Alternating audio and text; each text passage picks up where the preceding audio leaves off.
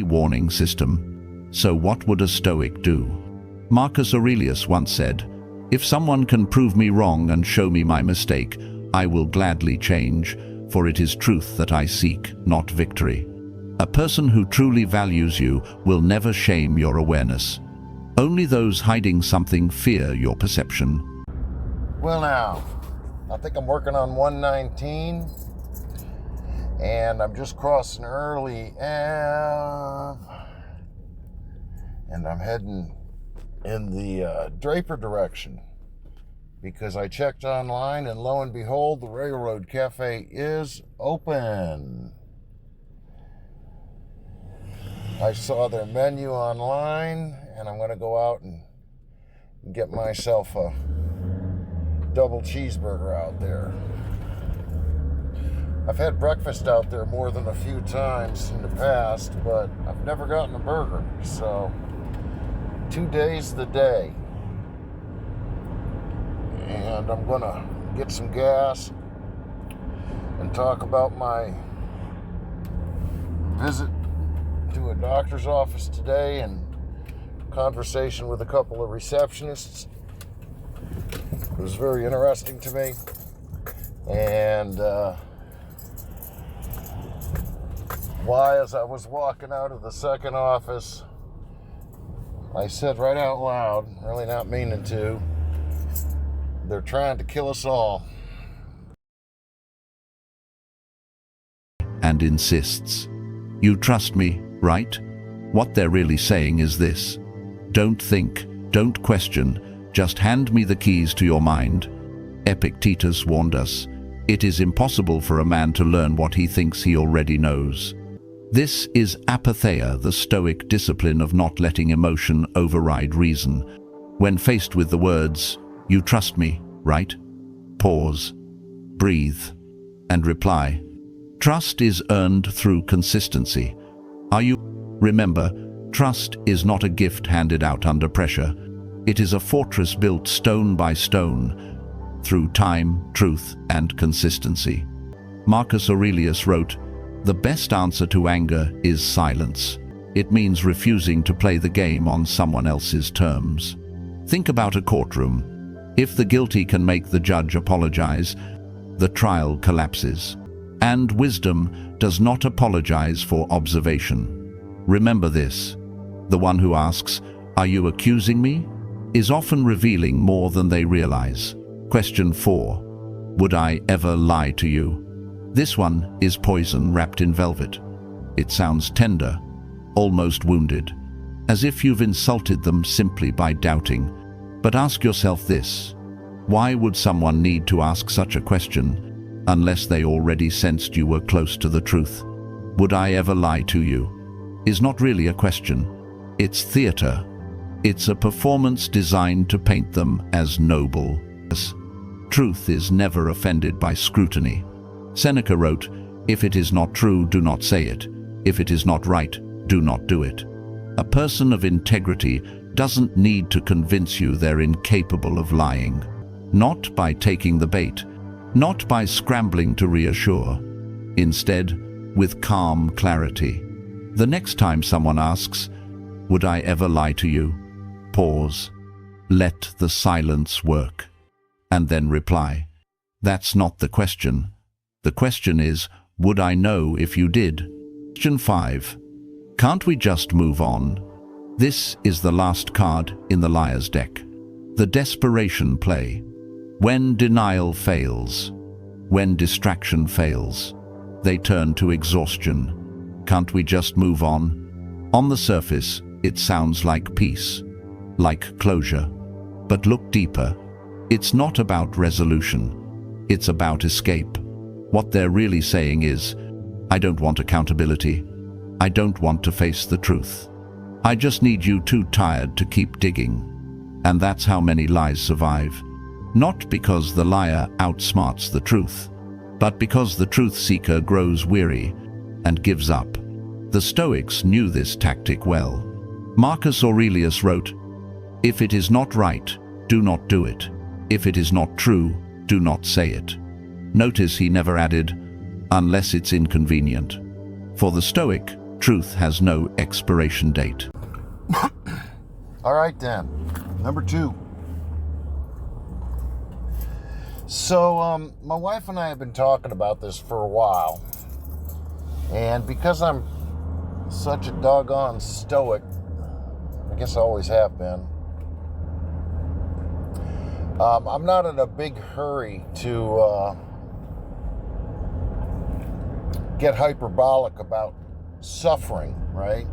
As I get older, I don't like to listen to people whose whole lives seem to revolve around misery, and I don't like to be one of those people either. Road closed, but local traffic like me can go through. All right. Well, anyways, one of the things I've been thinking about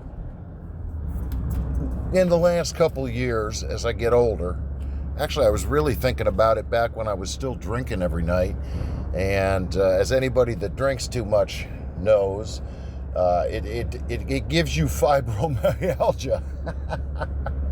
Yes, alcoholism will give you fibromyalgia. In fact, many addictions will give you fibromyalgia.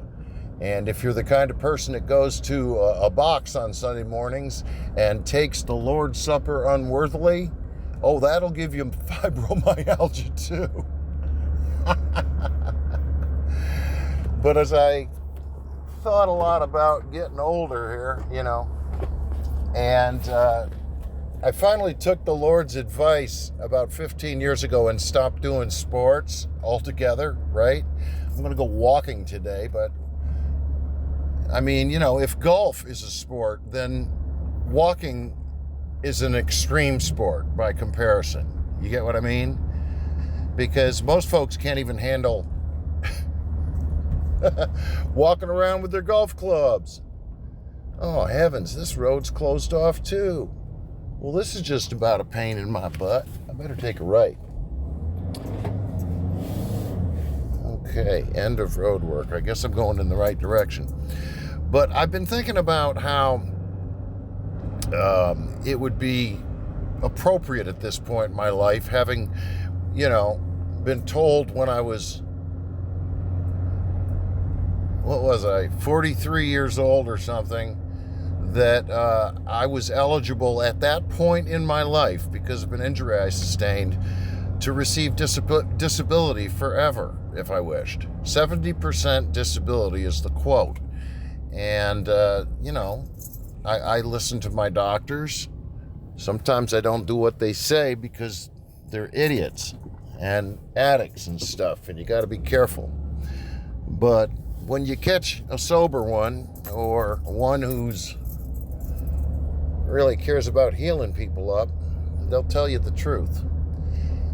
I don't believe I was 70% disabled at that age, even though I was just getting into decades of hip and back and even right shoulder pain, because all of our injuries work in concert as we get older to make things hurt, right? It's one of the ways that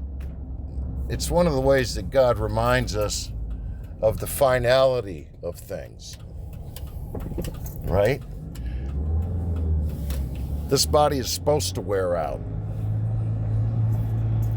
And if you've really been living, it's going to feel like it.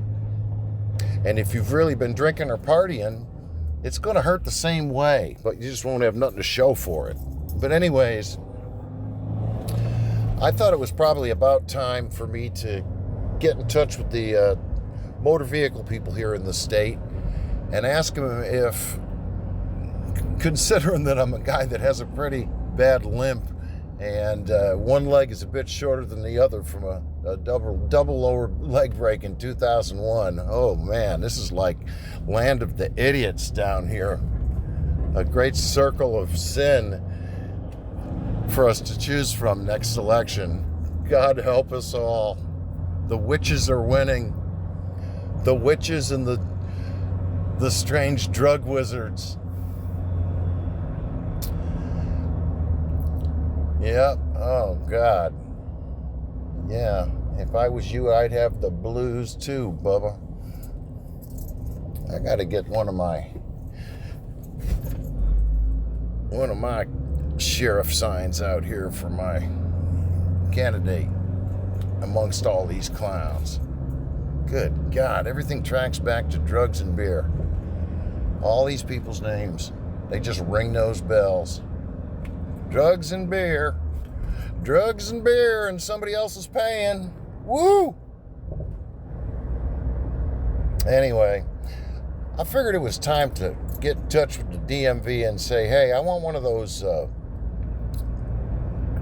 disability things that I can hang off my rear view mirror when I go to a place where might have to park really quite far away from the building. I don't like walking around potentially dangerous vehicles that might back out as some idiot texts and puts their car in reverse.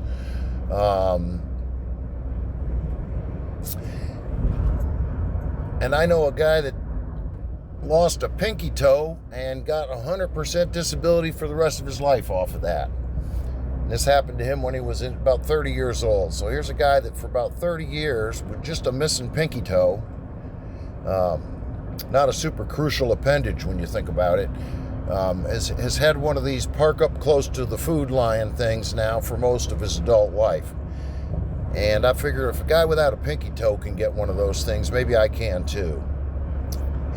You know, my parents, when they were both alive and ambulating, made great use of their handicap parking thing. They weren't gaming anybody. You know, they were old. Mom had had a hip replacement, and it was a physical hassle. So anyways, the first thing I did was I called up the only remaining physician, a chiropractor in this town that's still around, who worked on me back in the day when I had my injury.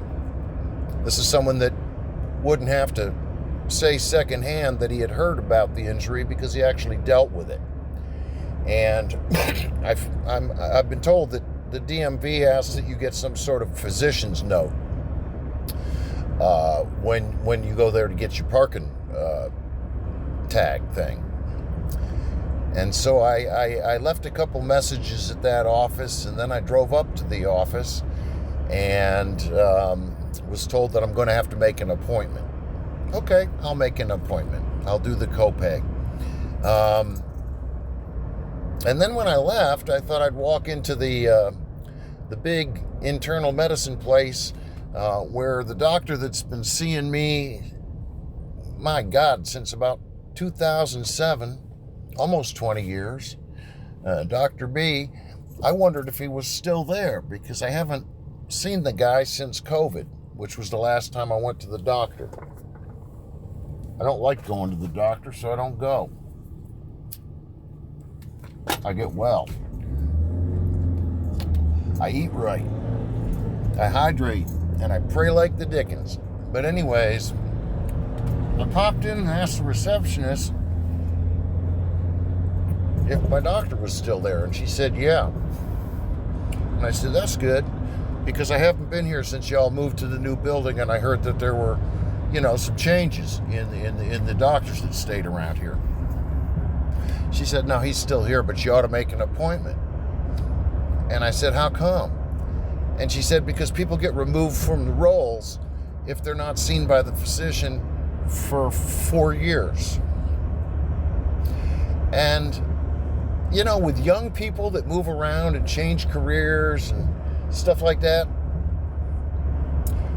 I can get it, people that are moving around, right? But old people usually stay put until they die. I mean it, like in a region or a county.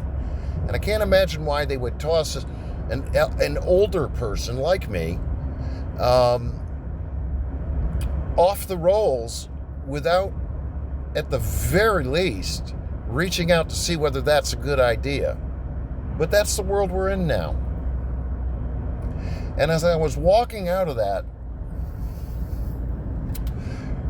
big, all-seeing eye-shaped medical facility, it was supposed to be a Lidl grocery store back in the day, but the business development fella here in town screwed the pooch again and made that fall apart.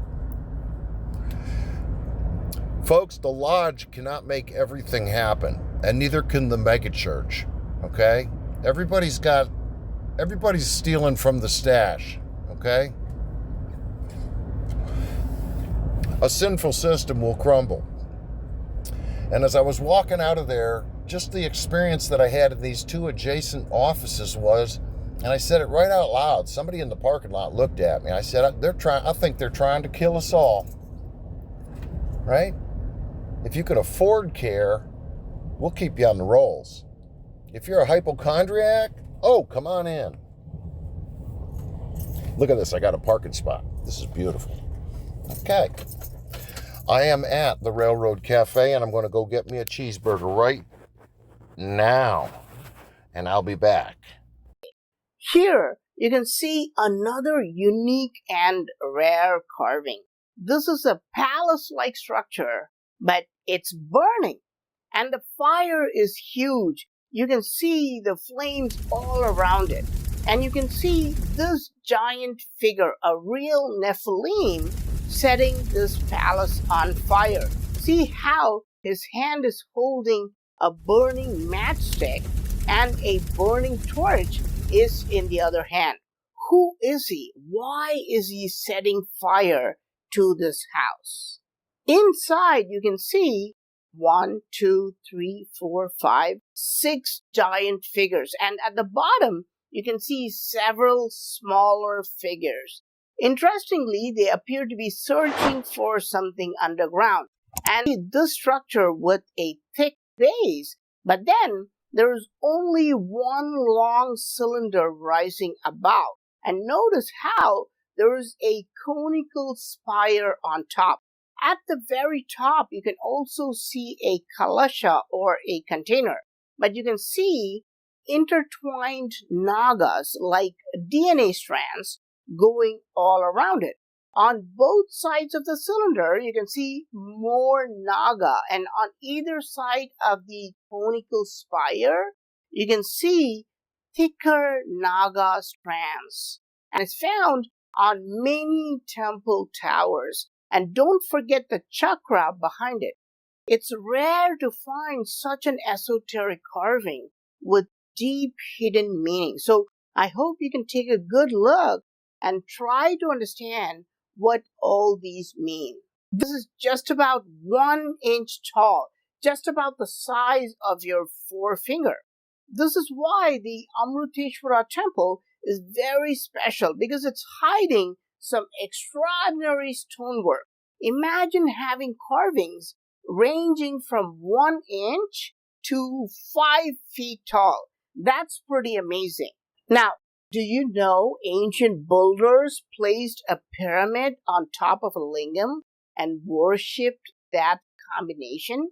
We know Hindus worship the lingam, but the carvings in this temple show how they placed pyramids above lingams and used it for spiritual purposes. In our deep dive community video, if you would like to watch it, please click on the join button below to watch.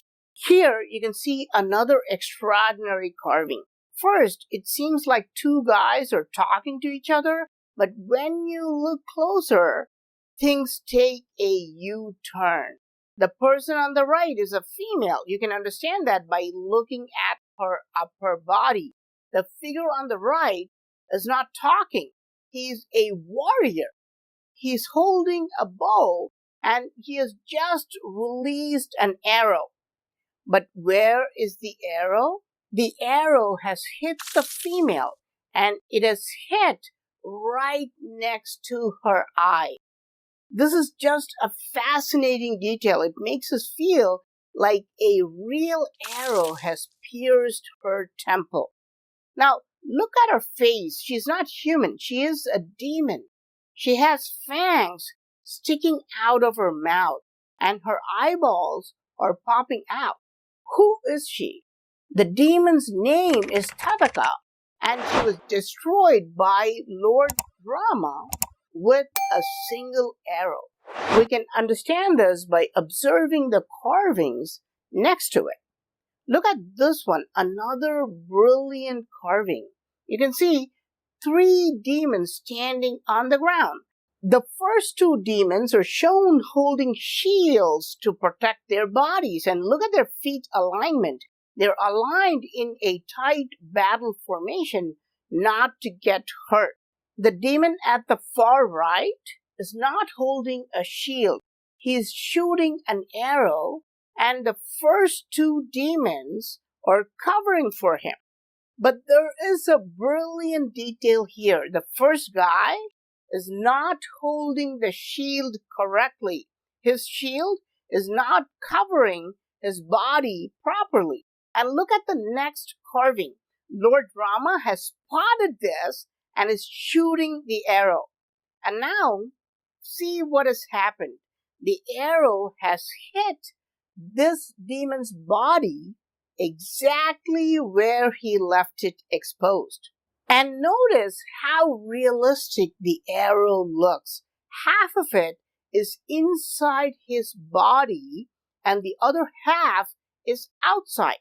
And see how it is shown in front of the shield to show the demon was careless about protecting himself. I'm not going to elaborate about his face due to lack of time. These kind of extraordinary details from the epic Ramayana are also carved in the Amruteshwara temple. So, if you ever get a chance to go to the state of Karnataka in India, don't miss this hidden gem.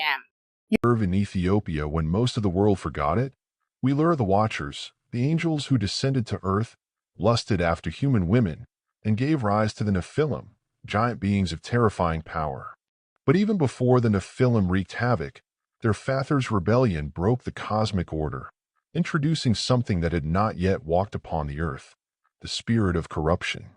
Among these fallen beings, one name emerges as particularly significant, Asael, sometimes called Azazel in Hebrew traditions, but given in Ethiopian renderings as Azazel. According to the Ethiopian manuscripts of Enoch, Asael was not only one of the first to defy heaven, but also the first to teach humanity forbidden knowledge, leading men into warfare and women into vanity. Asael, in Ethiopian understanding, is more than a rebel angel. He is considered the first to take the form of what we might call a demon, for his teachings were not merely rebellion against God but active corruption of humankind. He taught men to forge weapons of war, forever changing human history by unleashing organized violence, who tempted Eve with knowledge. Asael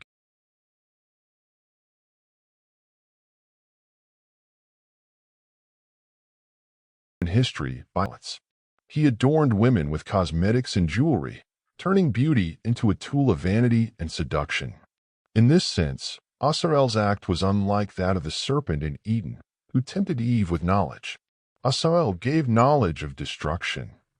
In Ethiopian tradition, this act marked the true birth of evil's presence upon the earth. Named or associated with general terms like Lilu or Utaku, Ethiopian texts hint at something sharper, a personality behind the corruption of rulers. The Ethiopian Book of Jubilees and the Book of Enoch describe how fallen angels, the Watchers, descended to earth and seduced humanity into sin, giving birth to spirits that lingered after their mortal children were destroyed in the flood. These spirits, restless and vengeful, were said to seek kings above all, knowing that to steer one ruler was to enslave thousands.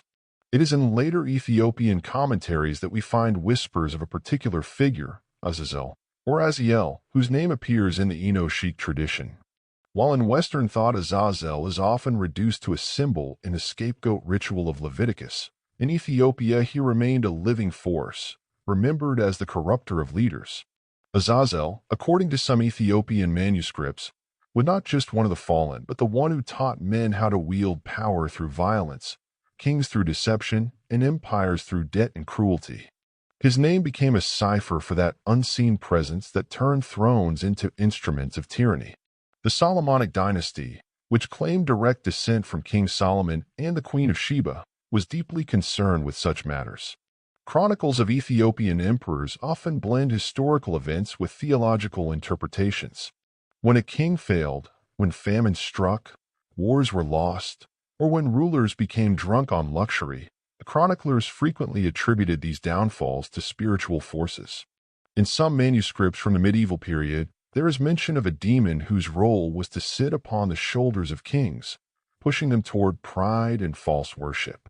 The figure of Mastema, a Satan-like being found in Jubilees, is sometimes conflated with Azazel in Ethiopian commentary, suggesting that these forces were not separate but reflections of the same power.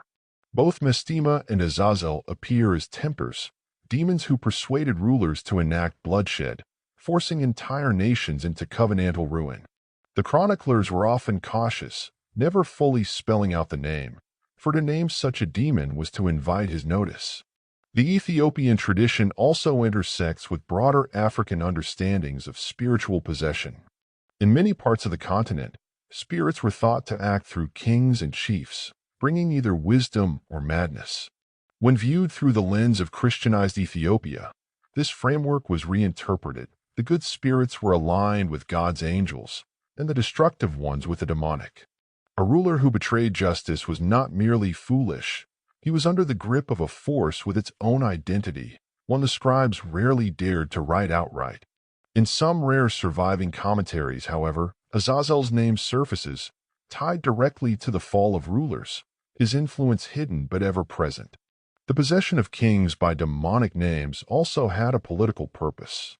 To accuse a ruler of being overtaken by such a spirit was to undermine his legitimacy, to say that his throne was no longer sanctioned by heaven. In the turbulent centuries of Ethiopian history, when rival claimants battled for the crown, and when emperors faced both Islamic sultanates and Christian rivals, invoking the name of a possessing demon was not just theology but political weaponry.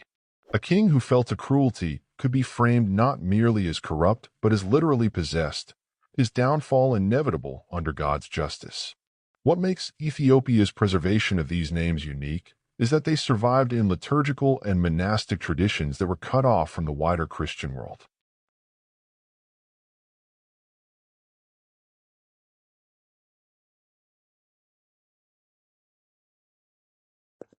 Well, that was an enjoyable conversation.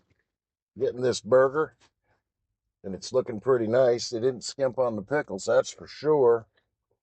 And they're letting me put my own salt on and my own ketchup. They put the mustard on like I asked them to. That's nice. And I'm about to dig in. Let's see how the Railroad Cafe makes a cheeseburger. Bite number one.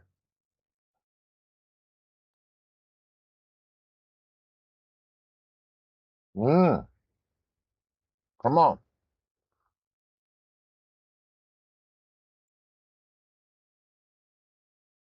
That's a good burger. Yep. Pickle's good. Having a little bit of a time tasting the onion. Let's hit that one more time. I might have missed the onion. Hmm. There it is. Yeah, that's a real nice balance. I like that. All right. Well, I talk better when I walk. It might have to do with rhythm. I don't know. So I'm going to grab my goodies here. I'm going to finish that burger later and go for a bit of a walk here to kind of talk about what I've been pondering. And I got to grab my notes. Got them. All right. I got my iced tea. We're good. I just need to find a spot to sit down. Well, I've already been over in that park. Why don't we go over this way? A lot of nice trees. I could just put my back up against one of them. I'm next to the big church in town here, I thought. My God, I probably taught 1,000 kids that came through this church. They're all nice kids, you know? All the kids in Eden are the same. They really are. They're all affected by the same kinds of things that people deal with whenever you live somewhere regional, when you live in a small town, as we do.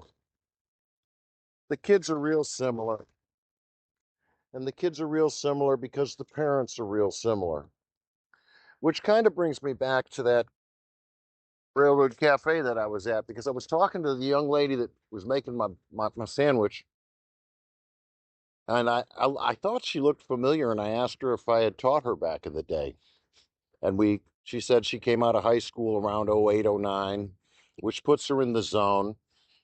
But she dodged the bullet, but it turns out that her best friend, who also works at the railroad cafe, named Angel, was a student of mine. And so we had a really nice conversation. And this young woman was telling me that she homeschools her kids, because she had asked me, well, what do you think about how the schools are now? And I said, I don't know what the schools are doing now. When I retired, I actually left. I left the paradigm. I was asked several times to come back and, long-term sub and substitute teach and do this, that, and the other thing. And every single time I said, no, I'm retired. That is a chapter with a FIN on the last page, y'all. So no. But I was glad that she was homeschooling, and she talked a little bit about belief. She opened the door, and I asked her about the books that she would be teaching at home, and it turns out that the Bible is in fact one of them. And she asked me, when I was a teacher, was I able to talk about this stuff? And we got to talk about the North Carolina Standard Course of Study a little bit, where I told her no teacher is permitted to proselytize religiously from the front of a classroom. It's not what we're paid to do. Okay. It's really not a school's job to preach or to push any kind of social agenda on children either. Okay. I always thought that my job as an English teacher was to improve the communication skills and literacy of the kids that were put before me every year. Okay. And then for the last 4 years, I did elementary art, but it was the same thing. It was a continuation of literacy, except that it was cultural literacy and aesthetic literacy. Learning the basic components of a drawing or a painting, value, texture, tone, all that stuff. I taught kids how to understand the world they live in better, and to not be tricked by it. Lord knows, I stepped into 100 traps when I was younger and had years and years of just complete hedonism. It's easy to get in, even if you're not in a completely drug addicted and drunken lodge family, okay? But a lot of the kids in Eden are, because their churches don't protect people. So they have to find a different place for sanctuary, and they usually find it in the arms of Lucifer and a money paradigm of some sort. And of course, that's what all of my videos really, that's the through line, is for just the average person. I'd like people to really evaluate, be a Berean about your own life, and, know thyself and make some smart decisions about the future. Maybe check out what Blaise Pascal had to say about it before the Luciferians created, the libertines created what completely and honestly and legitimately can be called a liberal agenda. Okay. Okay. I mean, the occult folks in the colonies and in France wanted to be liberated from the shackles of the God of the Bible.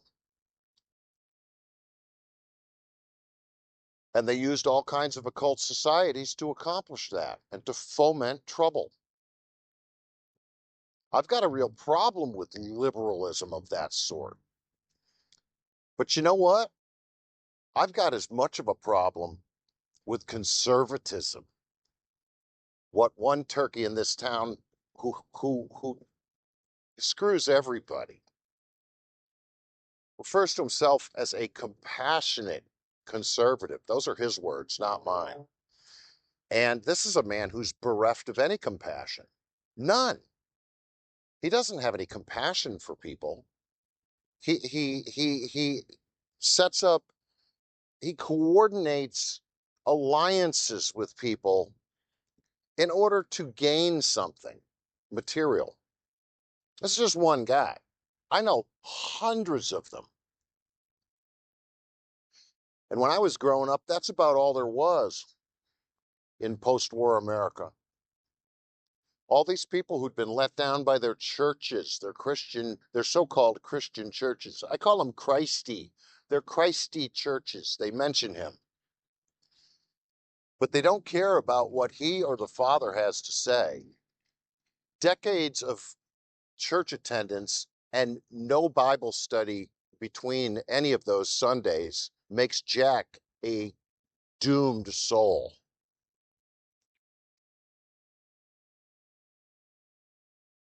So I was observing one of my sources who talks about uh, these occult societies, the little branches that come off the big Albert Pike tree. And they were talking about how people, you can recognize in people by the way they talk and by the way they greet and what they look like when they greet and their behaviors when they greet, in order to be able to quickly recognize somebody who's involved in the occult, right? Because every greeting between two people that don't know each other, if one of them is involved in occult societies, they're going to try to ascertain whether you are in that occult society or one of them, okay? And there are kind of these verbal and kinetic firewalls that one passes through during a greeting. And the occult person will have that big joker smile on their face, the jester smile, the disarming smile. What a fabulous adjective that is to put on the smile.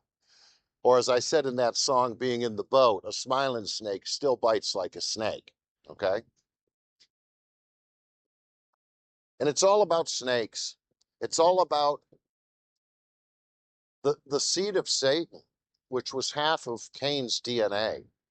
I mean, he was 50-50. He was real bad. And God made sure that everybody that encountered him would know it in ways that we do not yet comprehend. It's kind of windy. That might be a bad thing. But I did a count on this piece of paper, and I just used initials mostly to figure out how many people have made overtures to get me into the dark church in the last 28 years.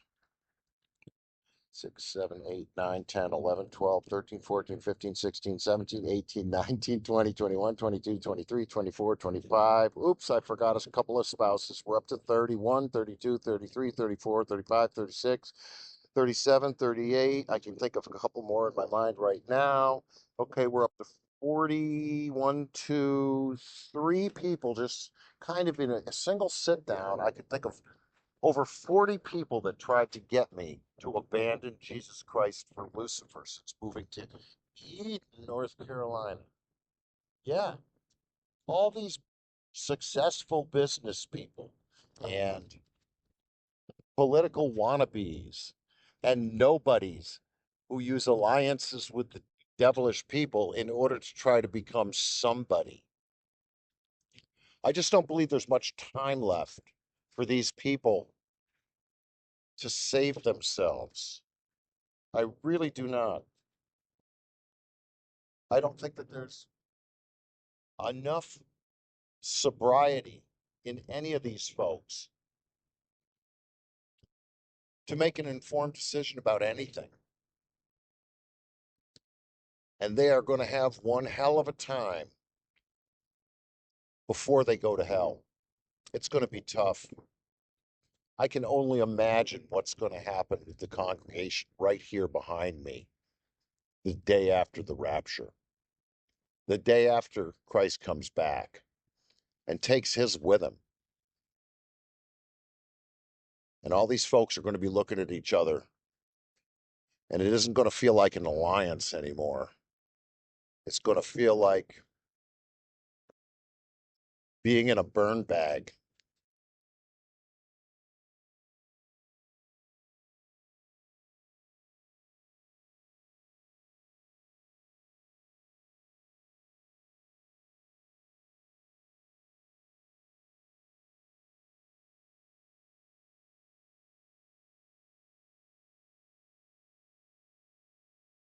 The wind in your hair, all you ever need, we can get anywhere.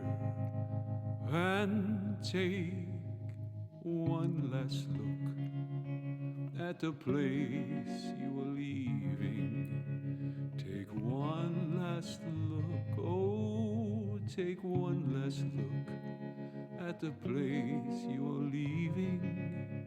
Take one last look.